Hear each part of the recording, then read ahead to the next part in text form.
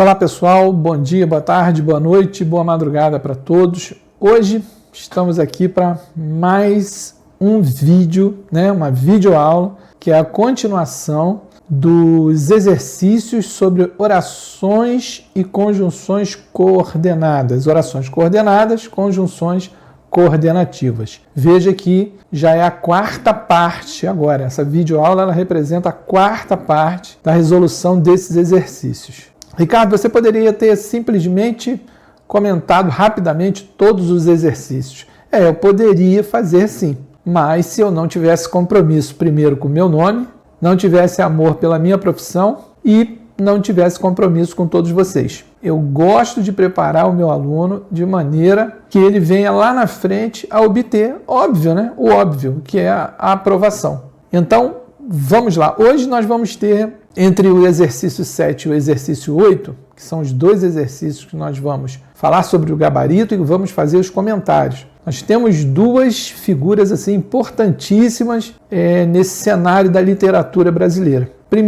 A primeira pessoa que eu vou falar, obviamente, que é sobre a Clarice Lispector. Eu vou falar melhor lá dentro do computador, que daqui a pouquinho eu vou dividir a tela do computador com vocês. Mas a Clarice é uma figura importantíssima, uma ucraniana brasileira, veio morar aqui no Brasil, muito pequenininha, foi direto para Maceió com seus pais e só foi realmente sair do Brasil quando finalmente ela veio a falecer. Falar de Clarice Lispector é assim, emocionante, porque ela é uma escritora que ela fascina, pelo menos a mim, pelo seguinte, porque ela retrata, ela aborda, ela dá um grau maior de importância para o interior das suas personagens. Ela retrata muito mais as emoções, muito cognitiva, e não externamente. Um enredo que se passa aqui nas suas personagens, são comportamentos. Então é muito interessante. Nós vamos falar sobre o livro Felicidade Clandestina. Por quê? Porque o texto do exercício número 7, que vocês vão ver, o texto ele é um excerto, ou seja, é um fragmento do primeiro texto que abre o livro, que é o mesmo nome do livro, que é Felicidade Clandestina, que rapidamente aqui falando, retrata a história de uma menina que tem amor por um livro, deseja aquele livro, mas que ela não tem, mas tem uma coleguinha que tem, e que faz um jogo assim muito perverso com a personagem principal. É toda em primeira pessoa. A Clarice ela passeia muito assim entre o conto e a crônica. É difícil você saber se ora é uma crônica ou um conto, meio que se fundem nesse espaço aí. Então nós vamos falar, esse livro inclusive é uma coletânea de 25 contos ou crônicas. É bem tênue, bem sutil. Então é fantástico falar sobre a Clarice. Ela pertence a uma geração, na verdade, a terceira geração do modernismo. Nós tivemos esse movimento literário no Brasil que se dividiu em três momentos, de 1922 a 1930, 1930 a 1945. O terceiro tempo desse movimento modernista, que a gente chama de pós-modernismo, que é a que a Clarice aparece de 1945 a 1960. E no exercício 8 nós temos um texto bem interessante da obra do Mário de Andrade, que é Macunaíma. É muito interessante, quer dizer, o Mário já é completamente diferente da Clarice, é um outro tempo, uma pessoa que participou efetivamente da Semana Moderna em 1922, que foi a primeira fase do movimento modernista. Ele é paulistano, nasceu na cidade de São Paulo. É uma outra pessoa, um outro momento, uma forma diferente de escrever. Então é muito interessante que você saiba, sempre falo isso, não pegue o seu exercício, principalmente se tiver texto, não pegue o exercício e resolva. Não, procure saber quem escreveu, quem é o autor, quem é o autor daquela obra. Procure saber detalhes da vida, da obra, como escrevia, enfim.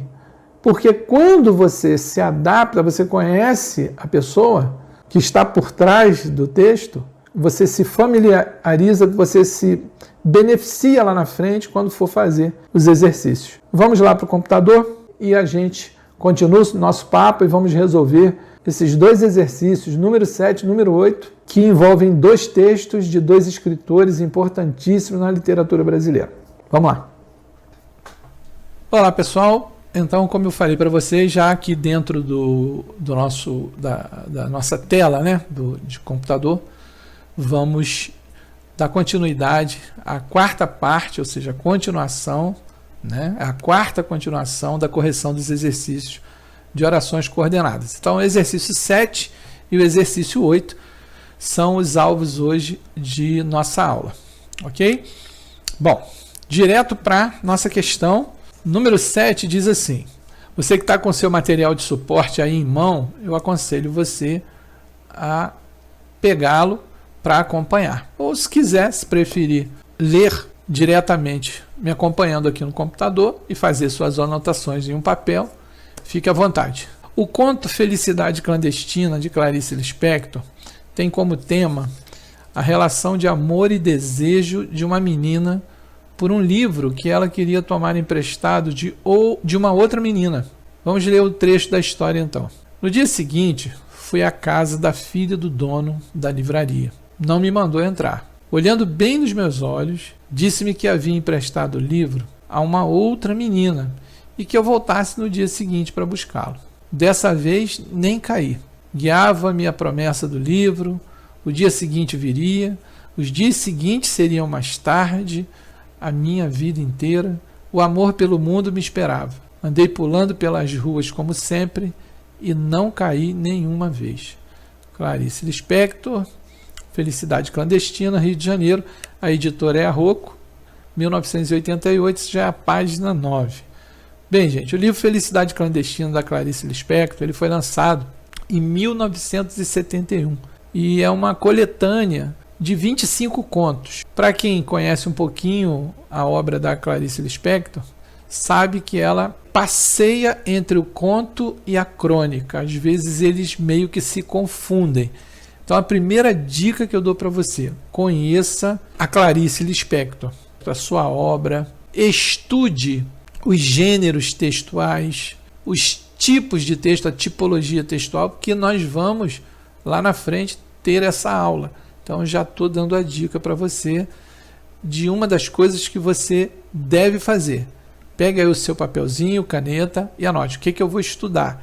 Sempre que tiver um texto, eu vou dar uma olhadinha em quem assina o texto e eu vou estudar sobre essa pessoa e sobre as obras dessa pessoa. O que mais? O Ricardo já me adiantou, olha só, isso é bom, hein? Já me adiantou para estudar os tipos de texto. Nós temos basicamente 5. Você tem o texto dissertativo, você tem o texto descritivo, você tem o texto narrativo, tem o injuntivo. Então, esses são os tipos. Agora, os gêneros são assim, centenas de milhares, né? Como é o caso do conto, como é o caso da crônica, que são gêneros textuais. Tá bem? Então, eu já peço que você, já de posse da sua caneta ou do seu lápis, você anote. Tá bem? Para quê? Para ir estudando. Aproveite a quarentena. Muito bem. Esse texto, ele inicia o livro. Esse livro que eu estou falando para vocês. E é justamente Felicidade Clandestina, que é esse texto, que dá nome ao livro. Tá certo? Ele, digamos assim, uma nuance sobre o livro. Ele é escrito em primeira pessoa. O que é isso? Quando nós, que nós conhecemos como discurso direto. Ele é todo escrito em primeira pessoa. Né? A grande verdade é, como eu falei para vocês, é que a Clarice, ela meio que passeia entre dois gêneros textuais aí. Ricardo, e esse trecho desse texto aqui, que abre o livro, ele retrata o que, mais ou menos? Bom, é a história de amor e de desejo de uma menina por um livro. Inclusive, esse livro, ele se chama Reinações de Narizinho, que é do Monteiro Lobato. Que é interessante você conhecer essa figura importantíssima no Brasil, que foi o Monteiro Lobato, e sua obra extensa extensa demais. Você vai ter grandes surpresas lá. Então ela queria muito esse livro, ela desejava. E como eu falei no início, né, na outra câmera, que a Clarice, o que mais me impressiona é que ela dá muito mais importância em descrever as personagens do ponto de vista interno, subjetivo, ou seja, cognitivo, lado das emoções, do que descrever, por exemplo, ambientes ou descrever pessoas de forma externa. Não, ela se preocupa principalmente com isso. É bem interessante o modo como ela escreve. Eu convido você a conhecer mais de perto a pessoa e a obra da Clarice Lispector. Esse trecho aqui é porque você talvez não tenha lido o livro, mas esse trecho aqui ele retrata uma crueldade, né, uma perversidade de uma menina que vê a colega desejando muito um livro, ela faz com que a colega vá todos os dias na casa dela e ela, por perversidade, ela diz que o livro está emprestado com outra colega. Até que um dia ela chega na porta, depois de semanas, ela indo todo dia, a mãe olhou e reparou uma coisa: essa garota está aqui todo dia, colega da minha filha, e ela não entra, ela chega e vai embora. Aí a mãe esse dia se antecipou, abriu a porta e procurou saber do que se tratava. Quando a menina contou o que estava acontecendo, a mãe sabia que aquele livro nunca tinha saído do quarto da filha dela. Então ela viu a crueldade da filha sobre a menina. Ela foi lá, mandou a garota pegar o livro, entregou na mão da coleguinha e disse: pode ficar pelo tempo que você quiser. É muito interessante. E aí ela explora muito isso, né? Esse lado emocional, esse lado psicológico e as consequências disso. Vamos lá, lemos o texto, vamos aos exercícios. Próximo slide, nós temos aqui, olha, a Clarice, eu peguei alguma coisa, o mínimo dela, nasceu em 1920, morreu em 1977, foi escritora, jornalista brasileira de origem judia. Ela é reconhecida como uma das mais importantes escritoras do século XX. Ela fez parte do terceiro tempo modernista. O que é isso? Houve um movimento literário no Brasil, que foi o modernismo, que ele se dividiu em 3 fases. A de 1930 a 1922 a 1930. Nessa época era o Mário de Andrade, que a gente já vai falar sobre ele, que participou efetivamente desse primeiro momento do modernismo no Brasil. Depois teve a segunda fase do modernismo, que foi de 1930 a 1945, e a terceira e última fase, que aí sim aparece no cenário Clarice Lispector, que é o terceiro período desse modernismo, que a gente chama até de pós-modernismo, como é conhecido. Voltando a ler aqui, com seu romance inovador e com sua linguagem altamente poética, põe em xeque os modelos narrativos tradicionais. Vamos ao próximo slide aqui. Veja, as principais obras dela, eu listei aqui para vocês, tá bem? Desde 1942 até o último livro dela, A Hora da Estrela, que eu acho fantástico. Se eu fosse você, eu procuraria ler o livro, ou pelo menos pegar o resumo, a resenha dele na internet. Tá bem? Ela é conhecida, como eu disse, como uma das melhores escritoras brasileiras. Escreveu romance, escreveu conto, escreveu crônica. E um detalhe, escreveu literatura infantil interessantíssimo. Muito bem, voltamos ao texto para partir então para a resolução de cada um. Vou ler novamente. No dia seguinte fui à casa da filha do dono da livraria. Não me mandou entrar.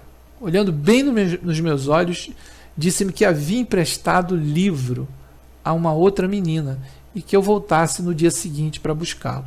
Dessa vez nem caí. Guiava-me a promessa do livro. O dia seguinte viria. Os dias seguintes seriam mais tarde a minha vida inteira. O amor pelo mundo me esperava. Andei pulando pelas ruas, como sempre, e não caí nenhuma vez. Vamos aos exercícios. Diz assim: considere os elementos textuais destacados e responda aos itens a seguir. Na letra A, explique porque em dessa vez nem caí. O elemento textual, quer dizer, esse que está em negrito, não é uma conjunção coordenativa. Então veja bem, de novo, explique por quê. Aí ele coloca o trecho. Dessa vez nem caí, o elemento que está marcado ali, está destacado, porque ele já diz por que não é uma conjunção coordenativa. Tá certo? Vamos para B.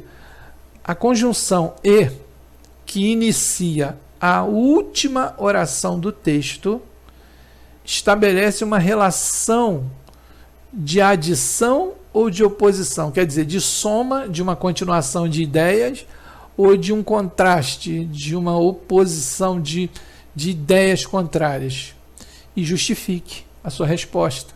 Na letra C, no terceiro período do texto, identifique um exemplo de paralelismo sintático e explique-o. Eu falei sobre paralelismo sintático, o que é, na aula passada, na terceira parte desses exercícios. Além disso, eu enviei para vocês 2 ou 3 vídeos, eu não lembro, foram 2 ou 3, de outros professores falando sobre paralelismo sintático, já para que vocês se preparassem para o meu vídeo, com a resolução dos exercícios. Então, para quem não viu, não assistiu ao vídeo passado, eu vou deixar aqui em cima, no card, você vai ver um cardzinho aqui em cima, é só você clicar em cima, que você clicando, você vai, clicando 2 vezes, você vai para o outro vídeo anterior a esse, e nele eu falo sobre paralelismo sintático, tá bem? Para você que não assistiu, para não ficar perdido, tá certo? E eu sempre falo nos meus vídeos do que eu vou falar no outro, justamente para você se preparar. Eu dou dicas do que você deve estudar. Então, realmente, você só não vai bem preparado para essa prova, sinceramente, se você não quiser, tá bom? Então, olha, ele diz aqui, vamos resolver a A, porque são apenas 3 letras, A, B e C. Explique por que, em dessa vez nem cair, o elemento textual destacado não é uma conjunção coordenativa. Olha, gente, nós sabemos que as conjunções coordenativas são em número de 5, né? São as aditivas, em que a conjunção mais conhecida, a principal, é o E, é a E, né? E, conjunção E. Nós temos as adversativas, né? A mais conhecida é o mas, e não mães, como alguns dizem, né? Mas, porém, contudo, todavia. Nós temos as alternativas, a mais conhecida é a conjunção ou. Nós temos as explicativas, nós temos o pois, o porquê, e nós temos as conclusivas, o mais conhecido é o pois de novo. A diferença é que quando é explicativa, o pois vem acompanhado de uma vírgula apenas. Quando é conclusiva, ela vem acompanhada, aliás, ela vem entre vírgulas. Tudo bem? Agora, essa palavra nem, ela tem um significado. Ela significa e não. É isso que ela significa. E não. Veja, é como se eu dissesse dessa vez e não cair. Veja que, na verdade, não é um termo que está ligando orações, até porque você tem uma oração apenas. Você tem um verbo, que é o verbo cair, tá certo? E o dessa vez é um articulador, né? É uma locução. Por isso, não é uma conjunção coordenativa. Eu já coloquei até aqui, quer ver? Vamos próximo. Olha só, a resposta. O termo em destaque não está unindo orações. Tem valor semântico de não. Ele significa, na verdade, e não. Vamos para a pergunta B. A conjunção e, que inicia a última oração do texto, vamos dar uma olhada na última oração do texto? Última oração. Ó, e não caí nenhuma vez. Ó, e não caí nenhuma vez. Vamos voltar mais um pouquinho. Andei pulando pelas ruas como sempre e não cair nenhuma vez. Vamos voltar para lá. A conjunção e, que inicia a última oração do texto, estabelece uma relação de adição ou de oposição. Justifique. Veja, a conjunção e, pessoal, que inicia a última oração do texto, ela estabelece uma relação de oposição. Ela tem um valor de oposição, porque ela expressa uma ideia contrária à informação anterior. Repare isso. Andei pulando pelas ruas como sempre. Ó, pulando. Mas, porém, contudo, todavia, não caí nenhuma vez. Se você ler o trecho todo, você vai ver aqui em cima, dessa vez nem caí, quer dizer, ela caía. Então, esse e, ele na verdade, ele tem um significado, ou seja, nas entrelinhas, de forma subjetiva, ele tem valor de oposição. Tudo bem? Vamos lá para outra. A letra C está aqui. No terceiro período do texto, identifique um exemplo de paralelismo sintático e explique-o no terceiro período. Vamos dar uma olhadinha no terceiro período? No dia seguinte foi a casa da filha. Esse aqui, ó, gente, até o ponto, tá vendo onde eu estou com a setinha? Esse é o primeiro período, ele vai até o ponto. Segundo período, aqui, ó, olha o segundo período aqui. Não me mandou entrar, ponto. Ele para aqui. E aí nós temos o terceiro período todo, tá vendo? Que ele tem, ó, tudo menos ponto, ele vai acabar aqui. Então, tirando esses dois períodos anteriores, de olhando até vez, ele diz o seguinte: identifique um exemplo de paralelismo sintático. Repito que, se você não assistiu ao vídeo anterior, se você não se esmerou, ou seja, se você não se sacrificou em aprender, eu dei todas as dicas, expliquei, ainda mandei vídeos, ainda enviei os vídeos. Assista no card aqui em cima, ok? Eu já coloquei o card aí para você. Letra C. Resposta. Dá-se o nome de paralelismo sintático, eu ainda explico aqui para vocês de novo. Há um princípio de organização dos enunciados, de acordo com o qual termos, quer dizer, palavras, vocábulos ou orações, ligados por uma conjunção coordenativa, devem exercer funções sintáticas iguais, idênticas, e apresentar estruturas gramaticais equivalentes. Né? Por isso que é paralelo. É como se fossem duas ruas aqui na cidade. Você tem a mesma rua, né? A mesma não, uma rua igual. Por exemplo, a Lúcio Meira com a Delfim Moreira. São ruas paralelas, elas são retas. Então, elas são idênticas nesse sentido. Né? Elas são retas e são justapostas, ou seja, uma ao lado da outra. Então, o paralelismo sintático, quando a gente estuda, a gente já sabe. O que é sintático? Já pense em regras, em normas a serem seguidas na língua portuguesa. Então, você tem um paralelismo que envolve regras. Segunda coisa, você tem que ter uma conjunção coordenativa, né? Ligando estruturas idênticas. Tá certo? Muito bem. No terceiro período do texto, identifique um exemplo de paralelismo sintático e explique. Ambas, aí é onde eu quero chegar, são subordinadas substantivas objetivas diretas, ou seja, são orações que equivalem a um objeto direto. São coordenadas entre si, ó, se são coordenadas entre si, é porque são estruturas idênticas, né? Olha só, entre si, elas são independentes, não são subordinadas, né? Não tem uma subordinação e uma principal, o que constitui o paralelismo sintático. É óbvio que nesse momento, para você que não está acompanhando, não está estudando, vem a ser mais difícil ainda do que quem já está se sacrificando, está estudando.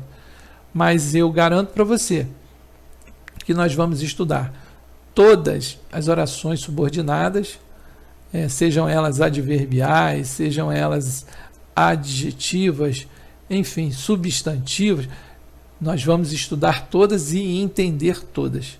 Tá bem? Tá aí as respostas A, B e C.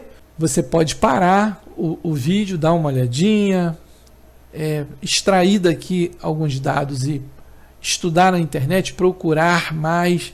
É assim que nós conseguimos. Gente, nós conseguimos por diversas formas aprender. Primeiro, uma das metodologias do meu curso, ela é empírica, né? O que é empírica? A criança é muito empírica, né? Nós sabemos disso, nós somos da área de educação, mesmo vocês que estão estudando para a área de segurança, porque afinal de contas a banca é a mesma, mas nós sabemos que a criança ela aprende como? Bom, primeira coisa, por observação, né? Pela observação. Isso é ser empírico. E o meu curso ele retrata muito isso. Observo para os professores, veem como os professores ensinam e assimilam isso. A segunda coisa é a repetição. É você repetir, repetir, repetir. A gente faz isso muito com os filhos da gente, não é? Não faça isso, não faça isso, não faça isso. O dia inteiro, talvez a vida toda. E uma hora eles acabam se condicionando e aprendendo. Então, tá aí as dicas que eu tenho para você. Nós vamos partir agora para o Mário de Andrade, que nós temos aí um texto. Deixa eu dar uma olhadinha aqui onde eu botei. Tá aqui, ó. Nós temos esse texto aqui do Mário de Andrade, que é o nosso exercício 8, que diz: considere este período composto. Ó, ele já diz aqui que é um período composto. Tá? Ou seja, nós temos mais de um período, temos orações coordenadas e temos orações subordinadas também. Extraído do livro Macunaíma. A gente já vai falar sobre isso. Deixa eu ler aqui com vocês. Então a velha apeou do tapir e montou num cavalo gazeu sarará, que nunca prestou nem prestará, e seguiu. Aí ele coloca aqui, né, o vocabulário. Tapir quer dizer anta, gazeu é azulado e sarará é loiro ruivo. Você já pensou um cavalo azulado, loiro ruivo? Cavaludão, né, na verdade. Exatamente. E o tapir é anta. Muito bem. Vamos dar uma olhadinha quem é o Mário de Andrade e o que quer dizer isso, Macunaíma. Né? Mário de Andrade foi um escritor modernista, como eu falei lá atrás, só que ele é um escritor da primeira parte do modernismo, de 1922 a 1930. Foi muito atuante, né? Ativista, inclusive, né? Na Semana de Arte Moderna, né? Ajudou a criar aquilo tudo. Né? Foi crítico literário, musicólogo, folclorista, ativista cultural brasileiro. Então o estilo literário dele é bem diferente do estilo literário da Clarice Lispector, né? Ele valoriza a identidade e a cultura brasileira. Ao lado de diversos artistas, ele teve um papel preponderante na organização da Semana de Arte Moderna. Se não me falha a memória, ele é paulistano, ou seja, nasceu na cidade de São Paulo e faleceu, eu acho que aos 51 anos de idade. Acredito que é isso, sim. Vamos continuar. Macunaíma é um dos romances, veja, é um romance, não é um conto e a crônica da Clarice. É um romance modernista, talvez um dos mais importantes da literatura brasileira, publicado em 1928, né? Diferente da Clarice, que publicou dela em 1971, tá certo? Felicidade Clandestina. O título da obra, olha só o que é Macunaíma. Refere-se ao personagem principal, que é um índio, que nesse caso esse índio representa a cultura, o povo brasileiro. Além disso, Macunaíma, que possui caráter épico, é considerado uma rapsódia, que na verdade é uma recitação, que segundo os gregos representava fragmentos de cantos épicos, ou seja, uma obra literária, que absorve todas as tradições orais e folclóricas de um povo, como a Ilíada, ou Odisseia de Homero.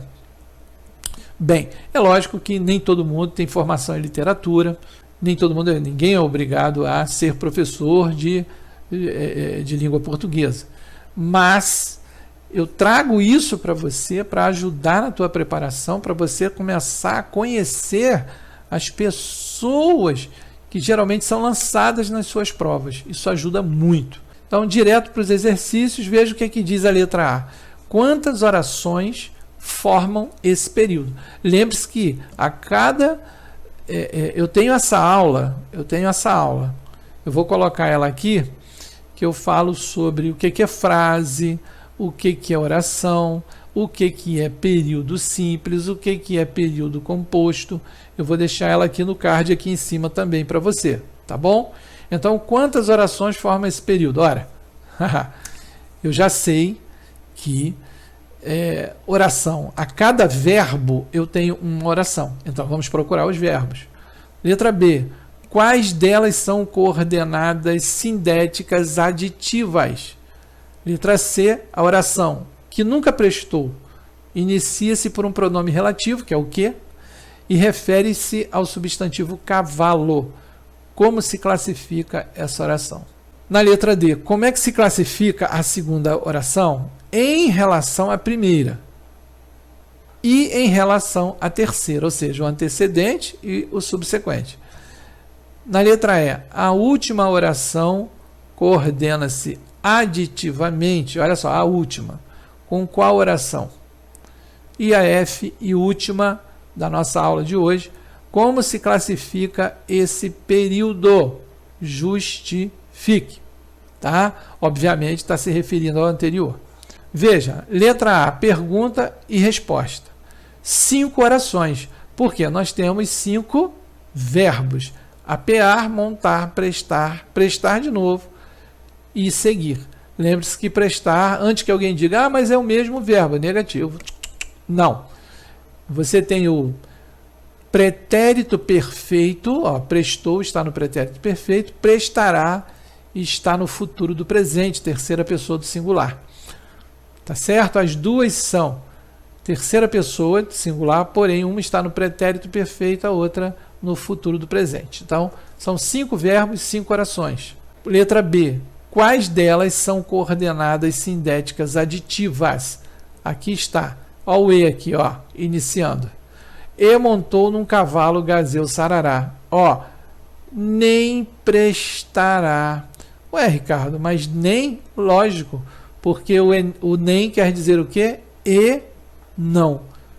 Você soma ideias na negativa. Você sabia disso? Por exemplo, não comprei caneta nem borracha. É uma adição na negação. Entenderam isso? Então, nós temos essa aditiva e, por último, e fugiu. Então, tem as 3 aí. Na letra C, a oração, entre aspas, que nunca prestou, inicia-se por um pronome relativo. É aquele que mantém uma relação entre antecedente e consequente. E refere-se ao substantivo cavalo. Como se classifica essa oração? É uma oração subordinada adjetiva restritiva. Veja que não é qualquer cavalo. É um cavalo que nunca prestou. Ou seja, eu estou restringindo, limitando aquele tipo de cavalo. Professor, eu não sei oração subordinada adjetiva. Nós temos 2 tipos, que são as adjetivas. Só tem 2 tipos, a restritiva e a explicativa. É lógico que você, a maioria de vocês, não estudaram isso. Essa é uma questão, veja, em que a banca ela pega todo mundo de surpresa, né? Quem não estudou tanto. E isso não vai acontecer com a gente. Então, vocês terão todas as aulas de orações subordinadas, sejam elas adverbiais, substantivas, adjetivas, mas nós teremos. Tá certo, gente? Bom, chegamos ao final. Vamos dar uma olhadinha. Não, chegamos nada. Nós estamos na letra C ainda. Letra D. Como se classifica a segunda oração em relação à primeira e em relação à terceira? Veja, a segunda oração em relação à primeira, ela é uma oração sindética, quer dizer, sindeton quer dizer conjunção, ela tem uma conjunção coordenada aditiva. Será que é isso mesmo? Veja, como se classifica a segunda oração em relação à primeira e em relação à terceira. Ó, em relação à terceira, ela é uma oração principal. Vamos dar uma olhadinha lá. Em relação, vamos ver a segunda. A primeira está aqui, ó, APO, a segunda é essa. Então, em relação à primeira, ó, ela é coordenada aditiva. Veja aqui a conjunção coordenativa aditiva. E em relação à terceira, que nunca prestou, ela é oração principal. Montou num cavalo. Quem montou? A velha. Então, essa é a oração principal. Essa daqui, ó, ela abre com o pronome relativo que. Tá vendo? Ó, é substituível por a qual ou qual, né? A velha apiou do tapira e montou num cavalo, o qual, ou seja, o cavalo nunca prestou. Certo? Vamos para a próxima. Vamos voltar lá. A última oração coordena-se aditivamente com qual oração?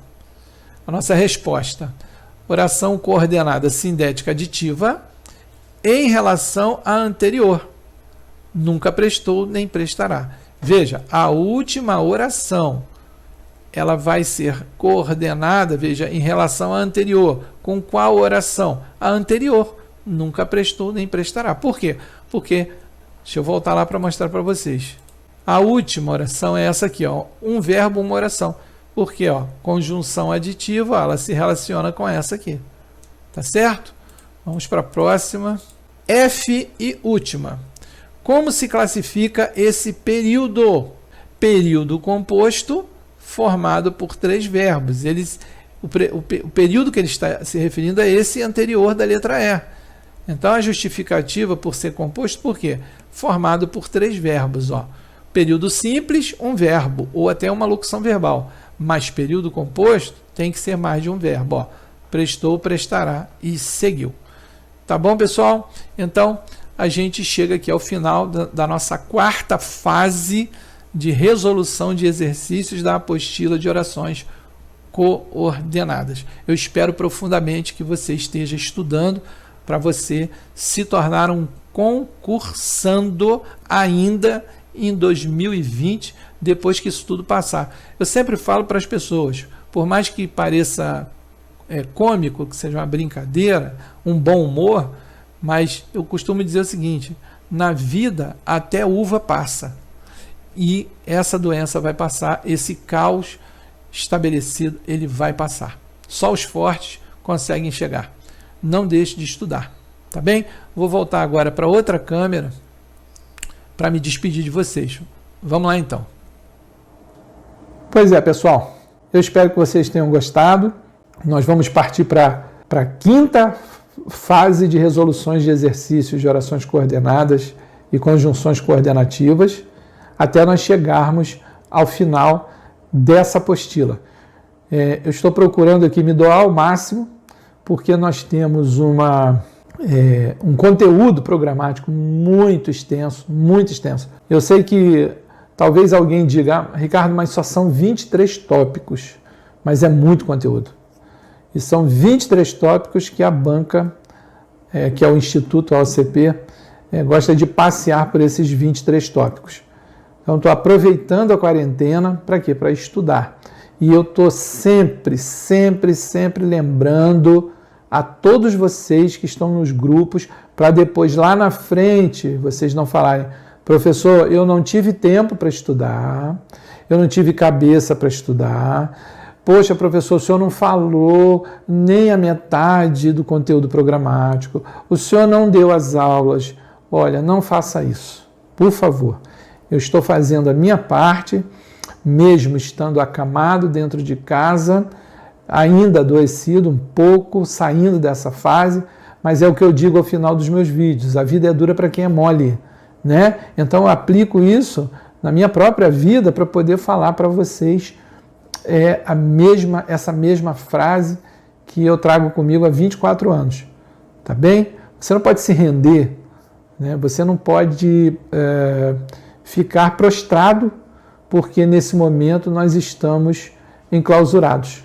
É muito bom, eu particularmente eu não gosto, mas é muito bom quem assiste ao BBB, né? Não é legal você ver pessoas enclausuradas, tendo ataques, né? Se degladiando, né? Mostrando os sentimentos, as emoções, quem realmente são por dentro. Pois é, agora nós estamos passando por isso. Estamos enclausurados, e aí? Então você tem que colocar em mente o seguinte, tudo começa e termina aqui, ó. Você pode projetar a sua vitória ou pode projetar a sua derrota. Aí é com você. A minha parte eu estou fazendo, faça a sua, e eu tenho certeza que todos aqueles que não desistiram, olha, isso eu assino embaixo, tá? Em 36 anos, como professor, eu assino embaixo. Pode ter certeza que os que não desistem, que os que são resilientes, vão chegar na aprovação, enquanto que aqueles que desistiram ao longo do caminho, não são persistentes, infelizmente a resposta é uma só, não chegarão lá. É uma análise dura, mas verdadeira, tá bem? Fiquem com Deus, bom final de semana para todos e até a quinta parte de nossos exercícios. Tchau, gente!